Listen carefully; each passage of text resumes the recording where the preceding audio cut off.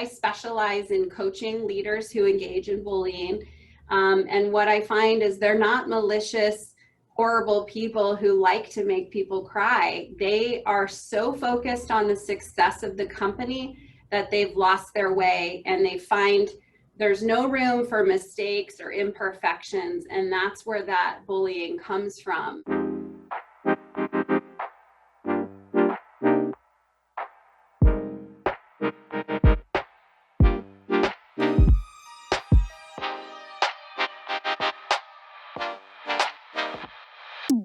Hello, fellow administrators. It's time to get connected to Administrator Nation podcast. I am your host, Josh Madera, and on today's episode, we're going to talk about how to create a positive work environment. To do so, we brought an expert. She is the founder and CEO of Civility Partners, an HR consulting firm focused especially on helping organizations create respectful and positive workplace cultures. Her clients range from Fortune 500s to small businesses in many industries. She is an HR thought leader and has appeared in such venues as USA Today, CNN, NPR, and many other national news outlets as an expert. She's also an award-winning speaker, blogger, and book author. She's one of the nation's true experts on workplace bullying, and she's one of the 4 founders of the National Workplace Bullying Coalition, a nonprofit focused on state legislation and education about workplace bullying. Welcome to the show, Catherine Mattice Zundel. Hi, thanks so much for having me. No, thank you for accepting our invitation, Catherine. We're super happy to have you here. You know, when business coach Carrie Kaufman told me you need to look into Catherine and invite her, I looked at your profile. I said, yes, we have to have her as a guest. And I knew the first question that I wanted to ask you is, how do you come to be an expert in workplace bullying? And I'm asking this because one of the nation's true experts is a bold statement. I am one of the nation's true experts. So this was quite a while ago, about 15 years ago. I was the director of human resources for a nonprofit organization and found myself working with someone who was a bully. And he was also a director, so we were peers, and he just was frustrating to work with. He yelled a lot. He made it very clear if he didn't like certain people. He really tried to micromanage basically the whole office, whether you worked for him or not. And I even saw him engage in some insubordination to the president of the company, who we both reported to. And as the director of HR, I dealt with all of the problems that he created. For example, lots of turnover in his department, lots of counseling people who were frustrated by their interactions with him. So there was a lot of time and resources spent on his behavior. But in addition to that, I also felt bullied. So I also was experiencing this behavior as a target. And during that time, I decided to get my master's degree and ended up doing all of my grad school research on the topic of workplace bullying. I was trying to understand this thing that was happening at work. And so literally, I have a master's degree in workplace bullying. Not many people can say that. And I just ever since have made it my mission to solve the problem of bullying. And that's what Civility Partners does. So a lot of people know about bullying. Certainly there's plenty of trainers and speakers out there who can talk about it. But I would say most people in the United States, at least, aren't focused on bullying the way that I am and don't spend as much time in it as I do. Catherine, now that we're talking directly about bullying, how does bullying or a negative behavior harm people in their businesses? Well, it's interesting. There's about 40 years of academic research on the topic of workplace bullying from all around the world. And the research is very, very clear that people at the receiving end of bullying are experiencing stress and anxiety, and they're lonely and confused about why is this happening at work, and all of that psychological stuff that they're going through creates physical problems for them as well. So then they're experiencing heart disease, they can't eat, they might have stomach issues, they're not sleeping.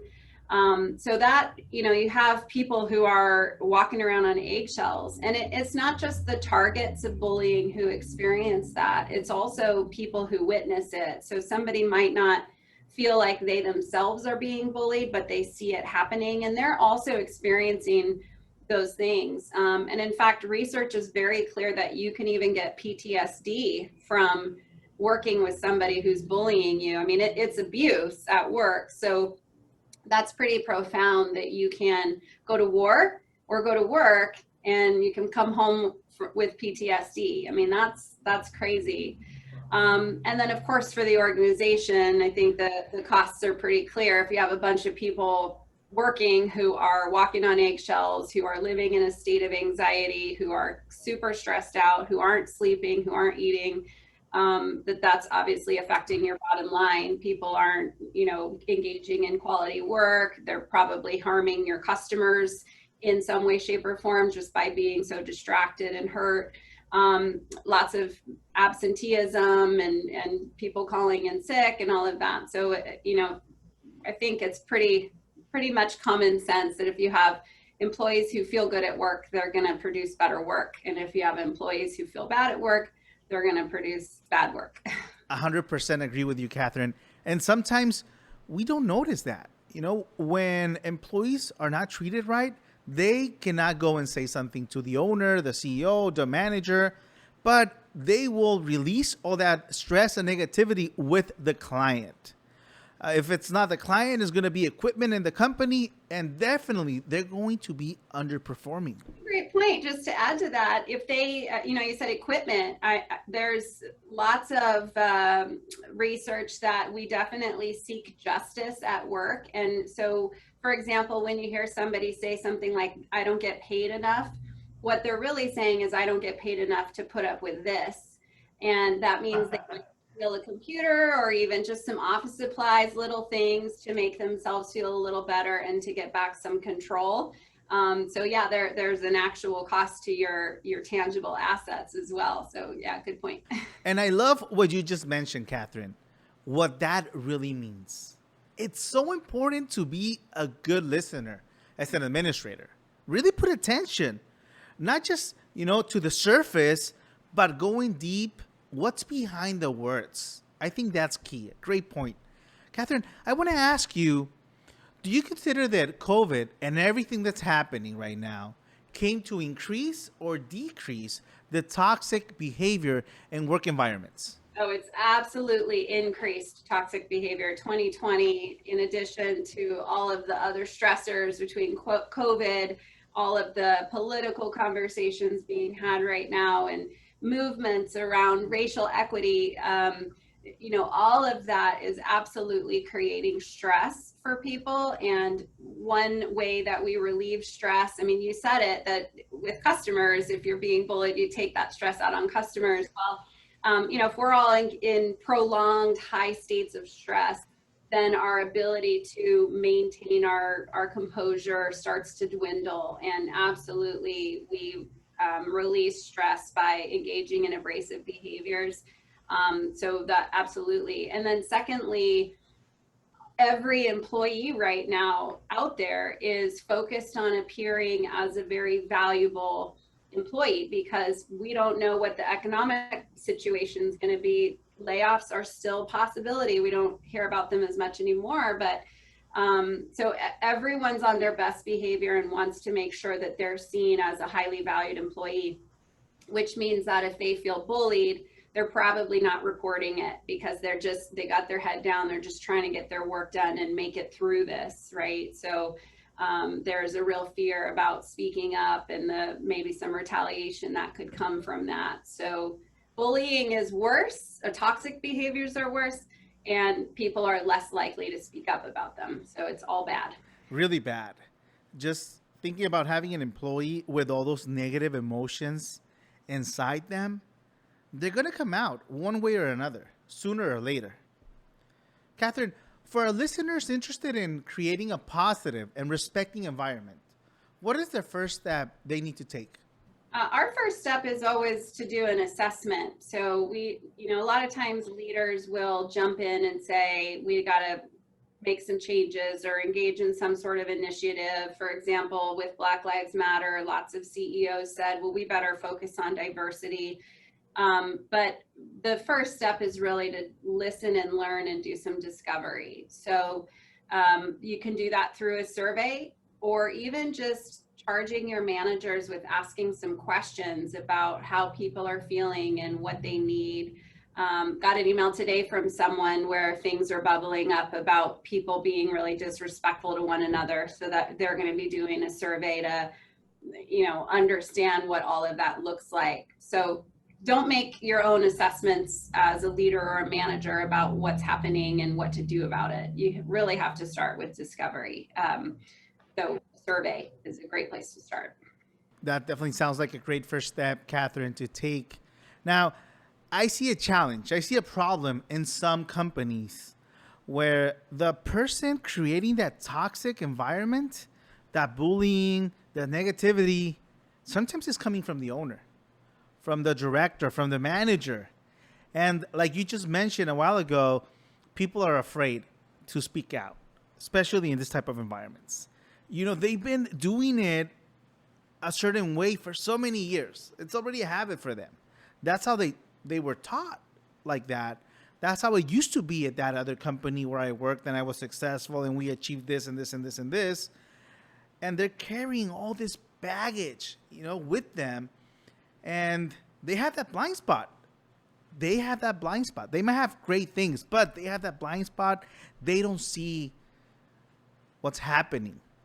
What kind of signals should they be putting attention to determine if they need to change, if they need to take that first step? What questions should they be asking themselves, or what are the signals they need to be putting attention to, Catherine? Well, the easy answer is turnover. If you have people, then there's a problem, right? And so then a good leader would ask why. So that's a kind of a tangible thing. Turnover is an easy answer. However, the answer isn't, or what we're talking about here isn't so easy. So I do come across a lot of CEOs who are just what you're saying. They believe, because of the way they've learned over time and their experiences, that the exchange is a paycheck for work tasks, and that's the exchange we've made.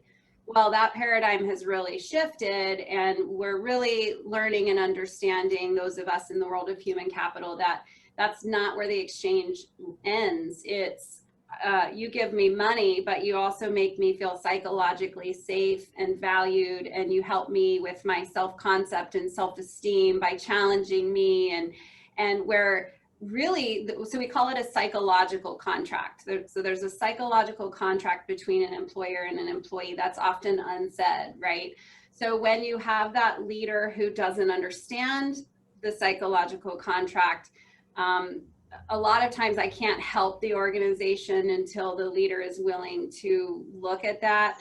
So those leaders who don't understand how important people are and are really focused on just the bottom line or that exchange of money for job tasks, one way to get to them is to present some data, be it look how many people have left and what that cost us, or look at our Glassdoor reviews, or we've lost some customers. So any way that you can present data to sort of prove that there needs to be more of a focus on people is going to work for you. It'll be helpful.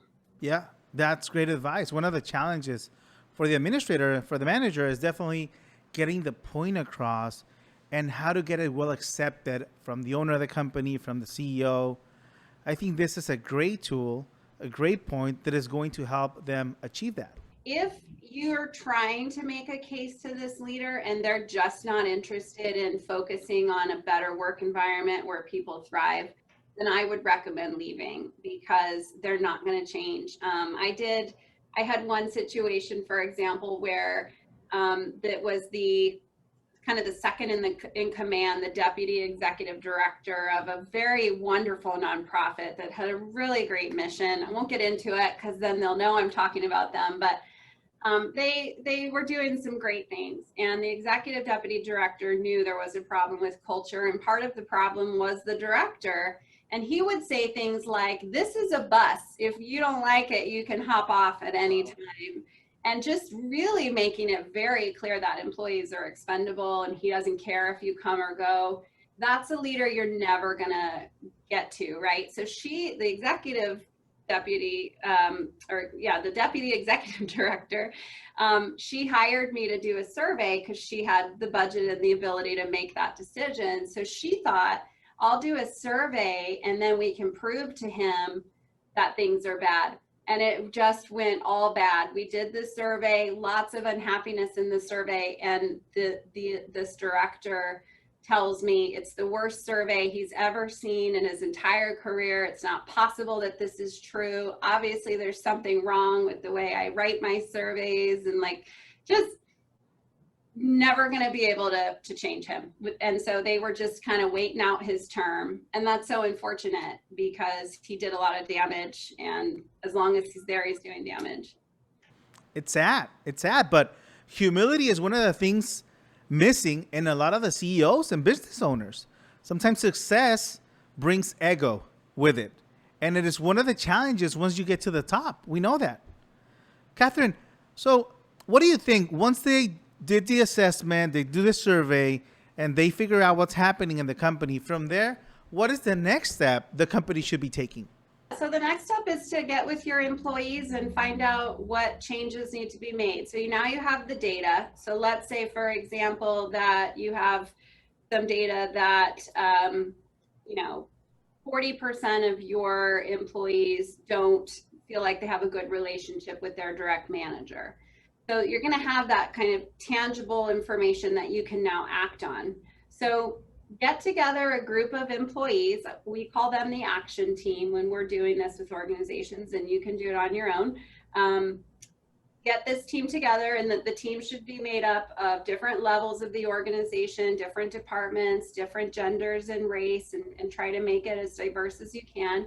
And then you present that type of data to them and say, well, here, a lot of people don't feel like they have a good relationship with their manager. What are the action steps we can take to fix that? And let the team brainstorm ideas. And it could be that managers need some training. It could be that there needs to be a better process for them to communicate. I mean, there's a lot of ways to solve that particular problem. But to let the employees on your action team develop those solutions, then you're going to get a lot more buy-in versus the leaders saying, well, here's what we're going to do now. And I'll just add to that, it's really key that once you do a survey to really act on it very quickly right after, so that it creates some good faith that employees know you actually took the survey to heart and you're interested in, addressing it. But get lead on your employees, let them help you make a change, and then they'll have a lot more buy-in, and it'll be a great celebration on the other side when you've built a better culture. Yes. It's interesting, Catherine, how getting everyone involved and doing it as a group always makes a big difference. Just the other day, I was listening to this interview about communication problems in companies, and how employees are not comfortable speaking their mind, or when they see something's happening, bringing it up to the leadership within the company. And the advice they were giving, I thought it was pretty good, is pick 5 employees, 10 employees, and just go up to them and ask them, hey, Jim, is there anything that we're not talking about that you think we should be talking about? Anything that we should be bringing to the table? And if you get a couple of them answering the same thing, that's going to give you some direction or clarity on areas that you can work or improve on. Now, at the other end, if nobody's answering, if everyone's just like, no, I don't think so, everything's good, no, fine with me, everyone's answering that, then probably you have a communication problem in your company. But at least that's a first good step to take. Would you agree, Catherine? Yeah, I'll add to that. A lot of managers say I have an open door policy. I hate that term. It's longer. Stop saying that. But, and what that means is I tell my employees, and that's what I was here, I tell my employees I have an open door policy. But an open door policy is that two-way communication, that people know you're going to do something with that information. And so it's more than just saying you have an open door policy. It's how you respond to the information that really communicates whether your door is actually open. You know, do you in and take it in and then report back about what you did with that information and where it's going, or do you just say thanks and then shoo them back out of your office? So your actions, one I do like, you can say actions speak louder than words. I'm okay with that cliche. Not the open door. They see the door open, but they don't want to get in. They just walk by. Catherine, many times a lot of companies turn to training as a solution. We see that on harassment prevention, especially in states like California. Is training a solution for something like harassment or other behaviors? No, it's really not. So the corporations and companies love training because it's easy to take attendance and check the box and say, well, here, we tried to solve that problem with training. And so on paper, it looks okay, or in a courtroom, it looks okay.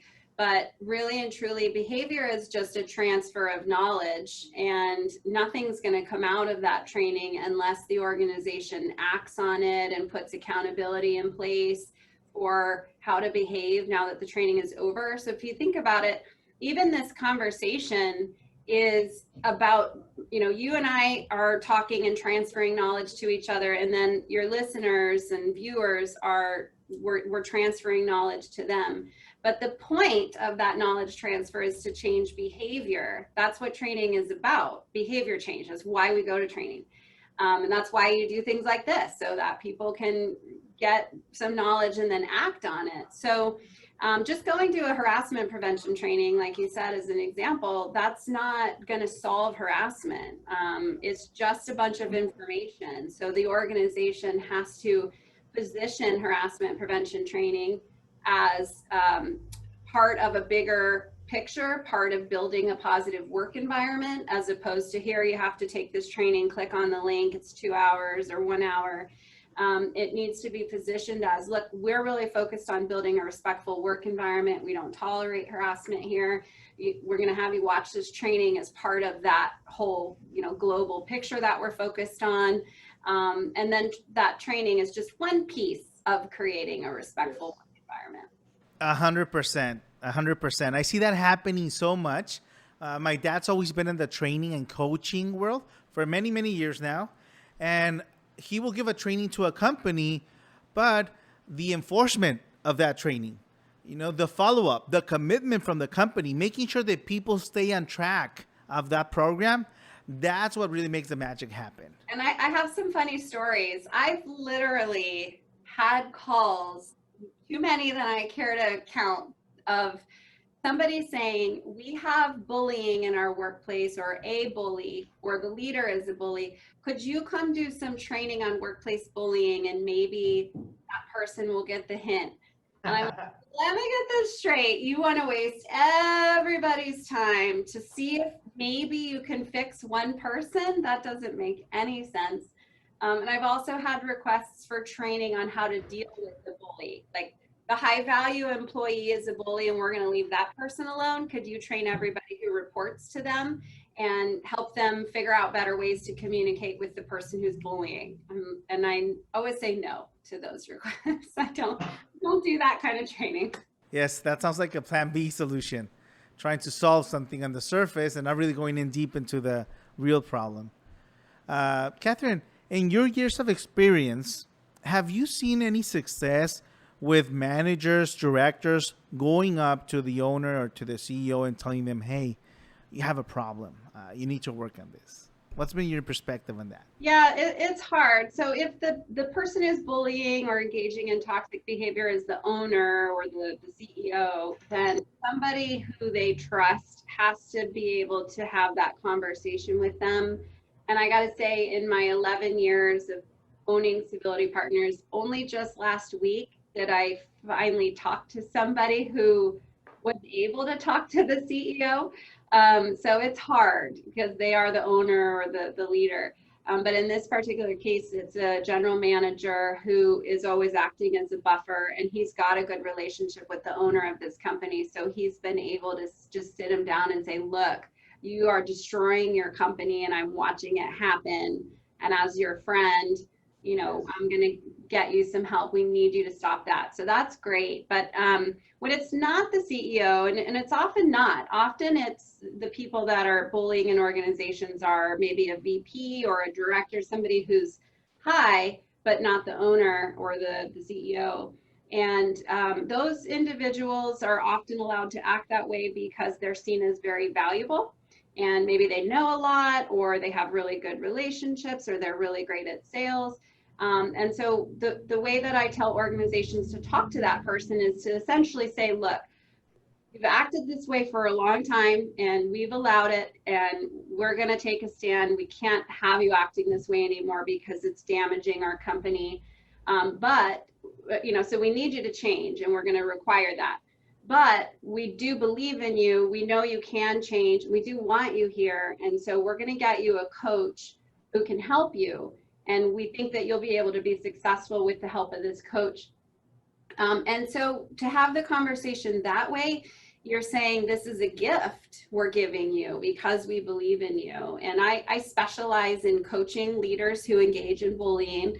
And what I find is they're not malicious, horrible people who like to make people cry. They are so focused on the success of the company that they've lost their way, and they find there's no room for mistakes or imperfections. And that's where that bullying comes from. And so to tell somebody, we want you to be successful, and we're going to give you a gift, and she's going to help you, that's a better conversation than you're a bully and you need to stop or you're fired and all of that. So it really is a gift. And these people I coach often say that they're honored that the organization took the time to talk to them about their behavior and be real with them and to invest in them.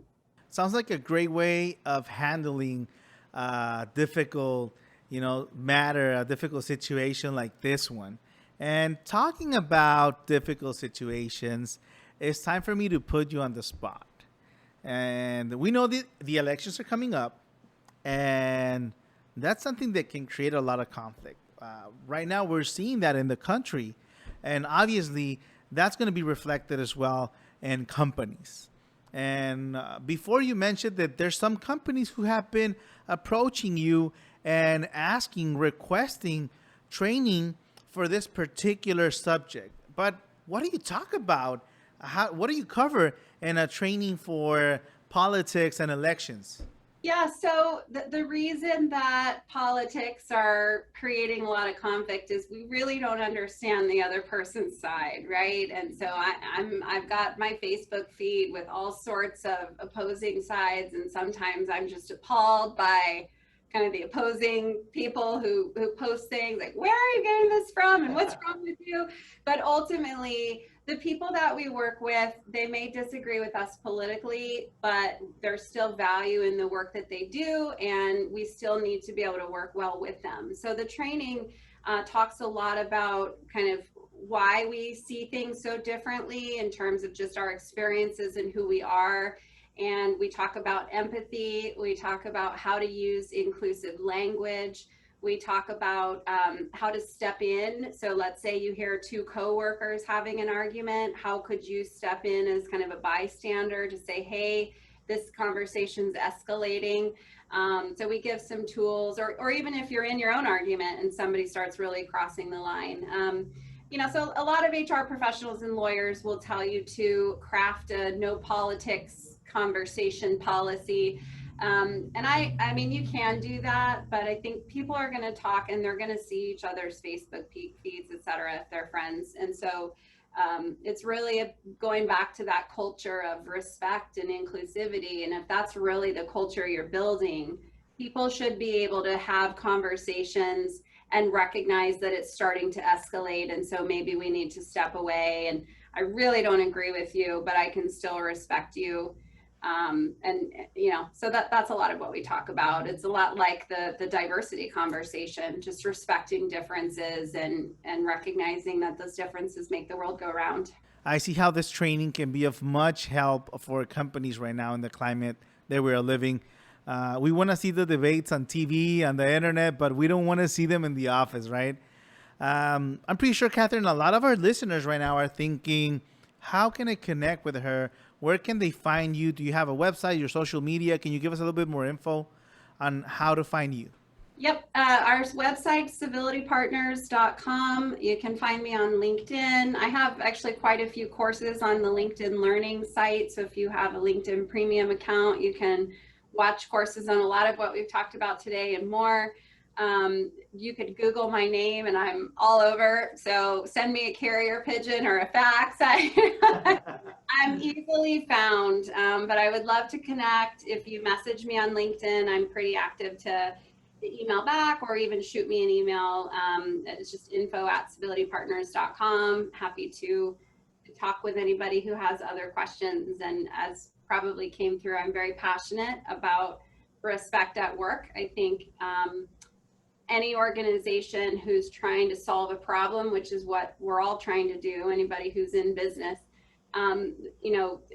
one problem is that people don't treat each other very well. And that's a problem we can all focus on solving. And just consider the domino effect. If people are happy at work, they take that out to their community and they're happy at home. And if they're unhappy at work, they take that home and probably fight with their spouse and their kids. And then their family takes that out to the community. So I think it's all of our responsibility to make sure people feel comfortable and thriving at work. It is all of our responsibilities. And thank you, Catherine, for playing such a big role in this. When we first started the episode, I asked, how do you come to be an expert in workplace bullying? And throughout this interview, you've definitely shown us why you're the nation's expert when it comes to bullying in the workplace. I want to say thank you for that again, Catherine. I'm really happy and grateful that you were our guest. And to all our listeners, I want to invite you to be part of our community on LinkedIn. Make sure to follow us on YouTube and all our social media platforms. I am Josh Madera, and remember, you never look better trying to make someone else look bad.